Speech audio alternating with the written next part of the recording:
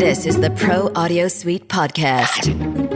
Quick Bites. Thanks to Rode Microphones, we are giving you a quick bite. In the nicest possible way. Yes. And I didn't feel a thing. Before we get into this one, though, thanks to Rode Microphones, I'm talking into a Rode microphone. That's my only clue. Who wants to guess what this Rode microphone is? I do. Okay. It's a headset mic.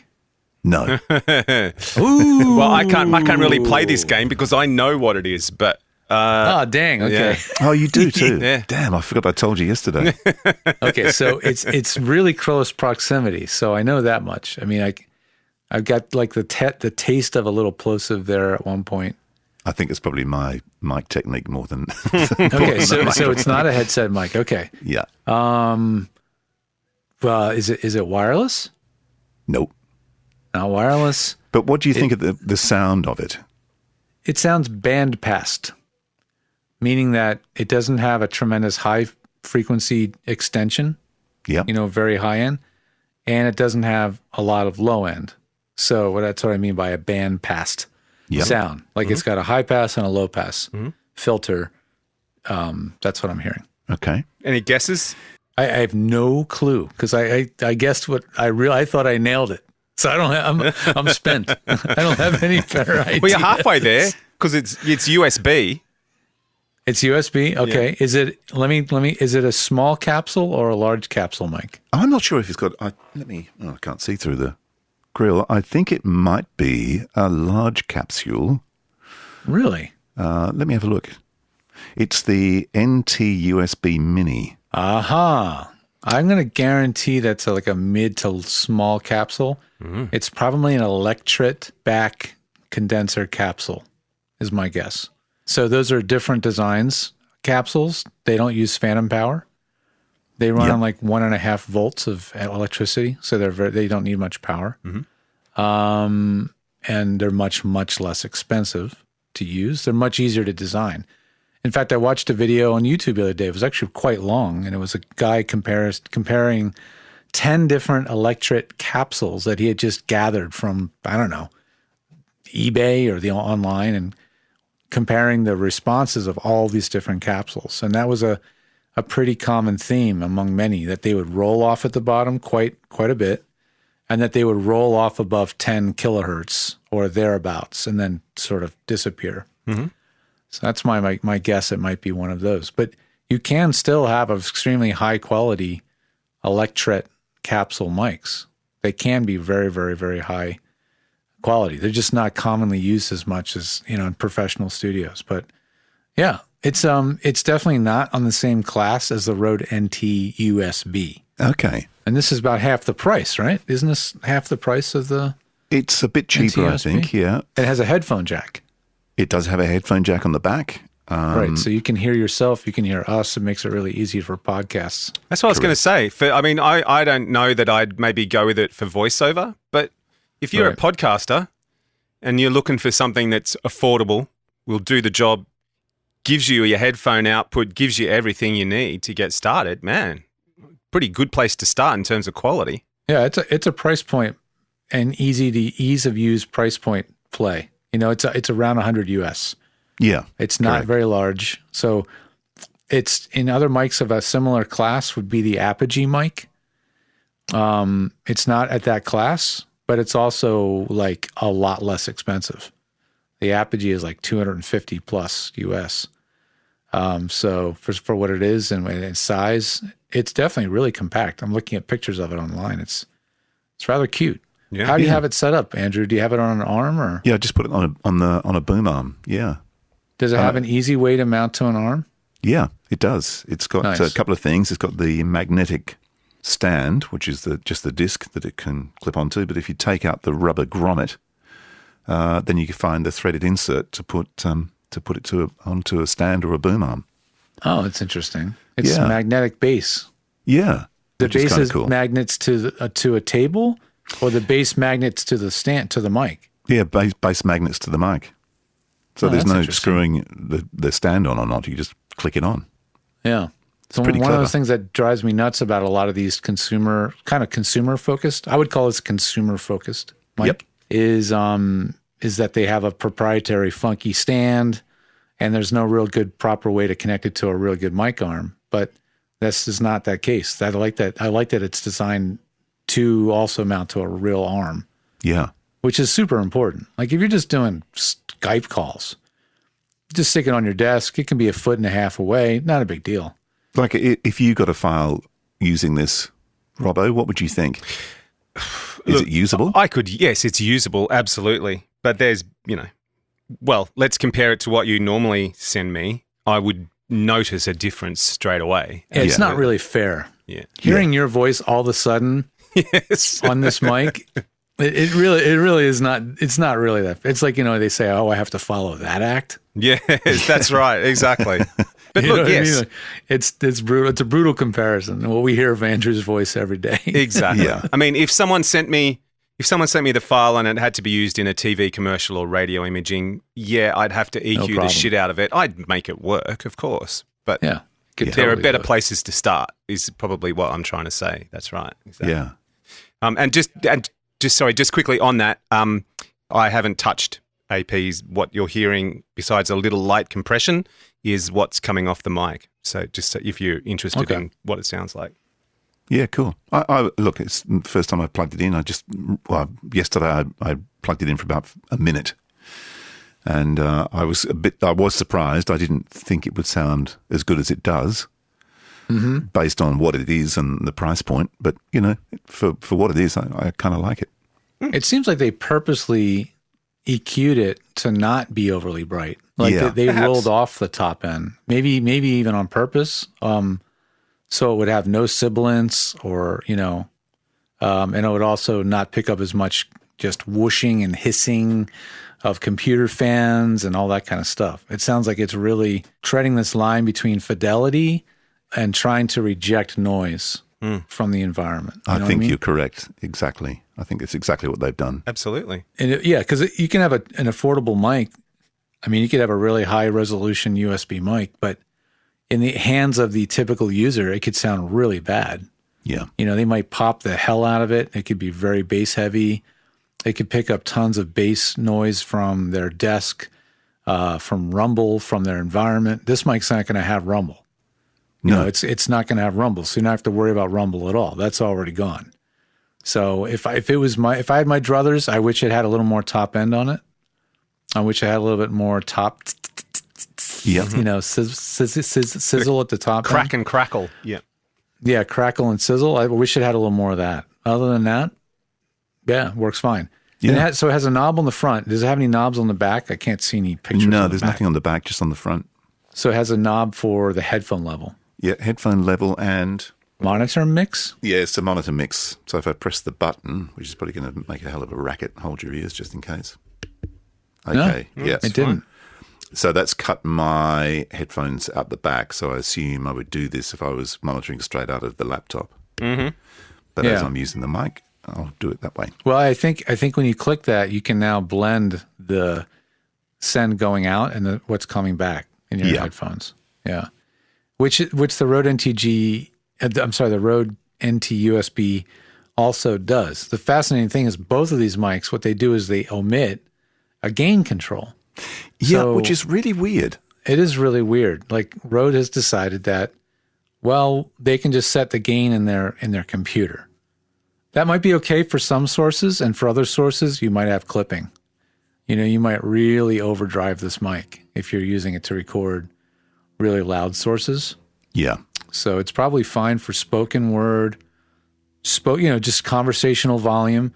But if you're going to try to say to a video game or something with really dynamic range, dynamic voice, you may not be able to pull it off. Yeah. So yeah, that's a lot of USB mics companies do that. They just omit the input gain control.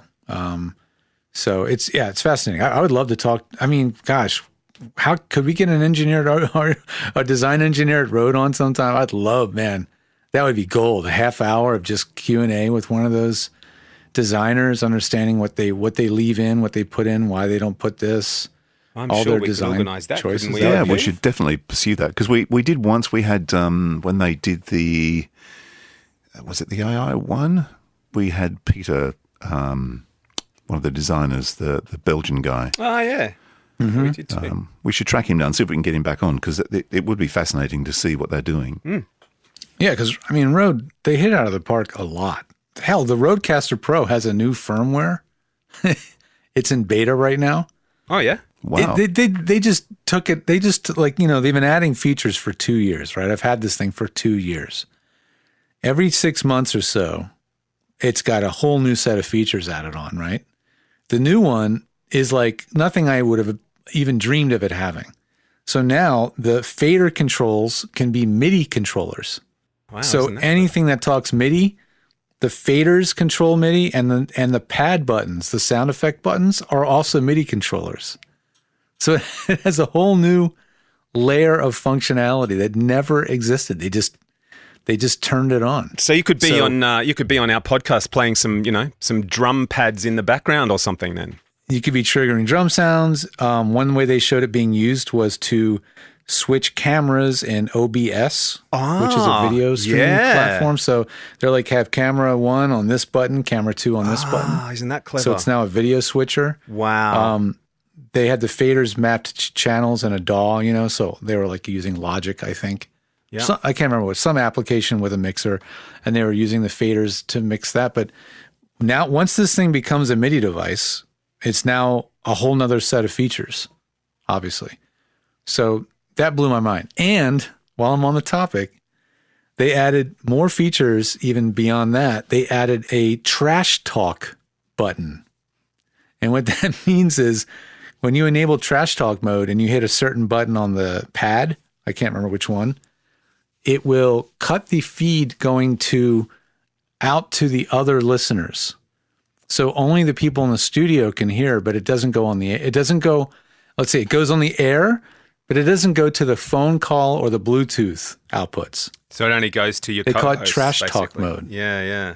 Yeah. So like, I don't know if you've ever heard a radio show, you know, where there's a caller and then they're trash talking. Mm-hmm. They're kind of like dumping on the caller, you know, but Yeah. the caller doesn't hear it. That's now a feature in the Rodecaster Pro. Yeah. That's brilliant. And then another one is a beep mode. And when you turn the beep mode on, it's for, you know, knocking out swearing. Now, I don't know how you predict someone's going to swear, but that's another topic. Yeah, but if you're going to do it, that's probably Yeah, if you're going to do it, when you hit the button, not only does it cut your tone, your voice, it mutes every channel. And so for the time that you press the button, it just makes the tone. So if anybody swears anything, it overrides all the channels and all you hear is doot. So if you've got a boring guest, you could hold your hand down and you could go, oh, well, it seems that we've lost blah, blah, blah, blah. Yeah. Yeah. Uh-oh, we lost him. He's a flatliner. Yeah, so these are all just baked in. They're just like, well, we might as well give it a shot. Again, it's all beta, so I haven't installed it yet. I'm not ready to go take the No, plunge. I wouldn't either. Yeah. You know, props to Rode. Very and you'll cool, see though. online, people will say, well, that feature's dumb, or, well, I wanted to have this feature. And then other people will say, are you guys out of your minds? This is a 2-year-old product that continues to get new free features that cost you nothing to use.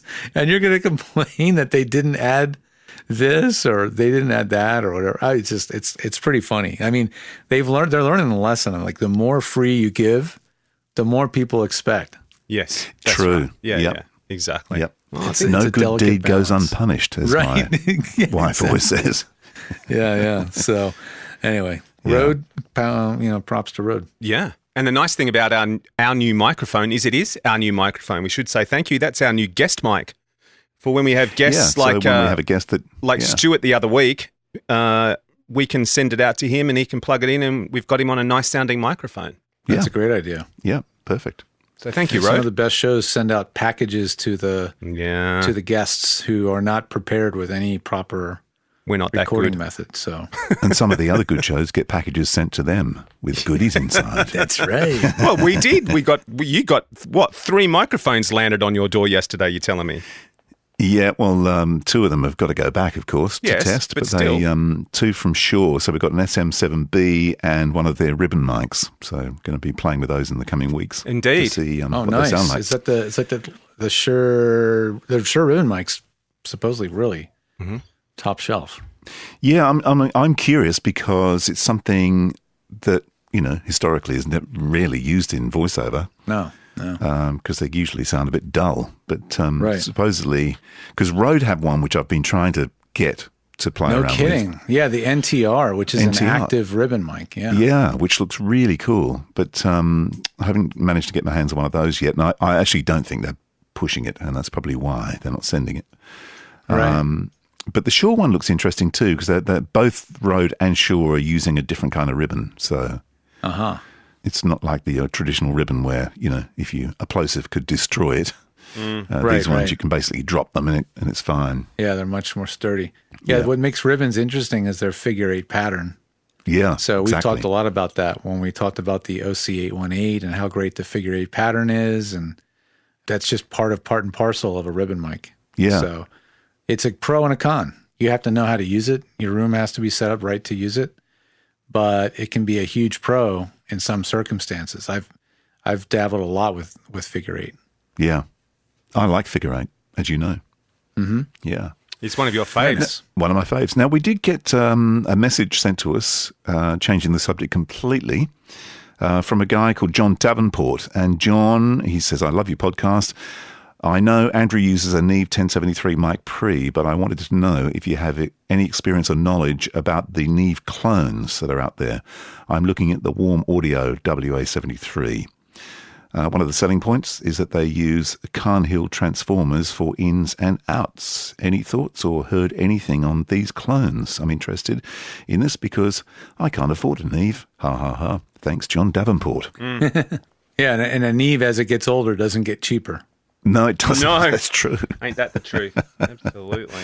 I quickly, I will say that I have no hands-on or ear-on experience whatsoever with that one. But just a note about the transformers, for those wondering, the transformer design and how it's made and who makes it has a lot to do with how a preamp is going to sound.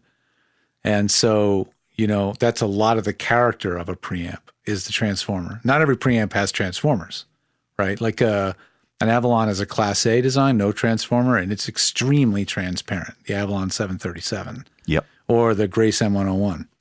But when it's transformer coupled, that has a sound to it. And that is part of and a lot of what gives a preamp its character. So the fact that they are using a name brand respected transformer design means that they realize how important that is. So that's probably a good sign.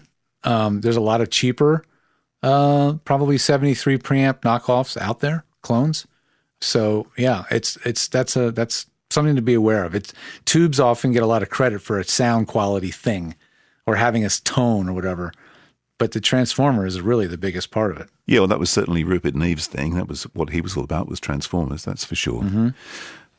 The only thing I do know about Warm, and it's not the WA73, I did have a WA76 compressor, which is now in the hands of my buddy Pip, who then has since gone out and bought a WA87, the U87 clone. Right. Right.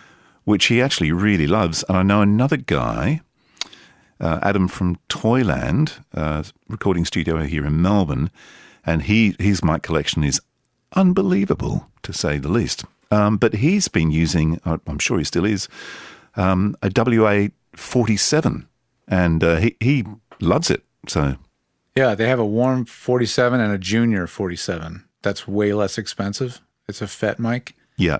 I heard one or two. One was good, one was noisy. So I'm not sure what that was about. But looking at their site here, I'm seeing that Sylvia Massey is a big-time endorser for Warm Audio. So they're really? Kicking up they're really kicking up their image.